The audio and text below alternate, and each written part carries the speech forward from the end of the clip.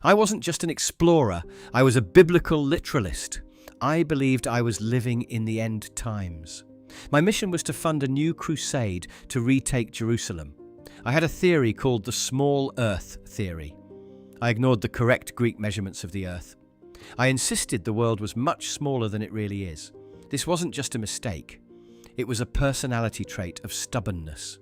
I spent years following the Spanish court like a persistent beggar.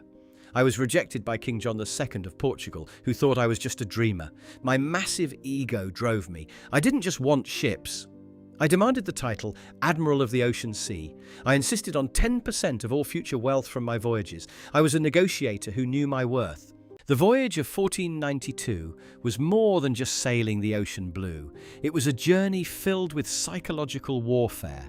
Columbus kept 2 logs, one real and one fake.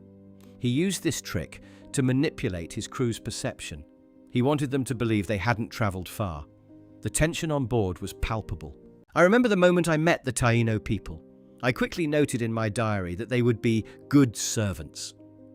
This revealed a lot about my personality. I viewed everything as a resource, not as individuals. When I reached Cuba, I refused to admit I was wrong. I even made my crew sign an oath. They had to state that we were on mainland Asia. To me, the truth mattered less than my vision.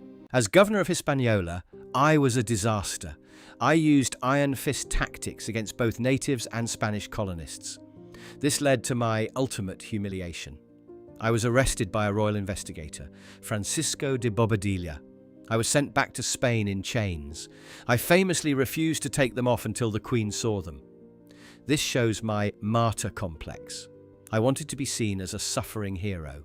I made one last desperate trip, searching for the Strait of Malacca, but I ended up shipwrecked in Jamaica for an entire year. My personality sparked a global shift. This led to the transfer of plants, animals, and diseases. It changed the planet's biology forever. He was a bridge between the Middle Ages and the modern world. He embodied unshakable faith and unbearable cruelty. He went looking for one thing, found another, and died believing he had found the first.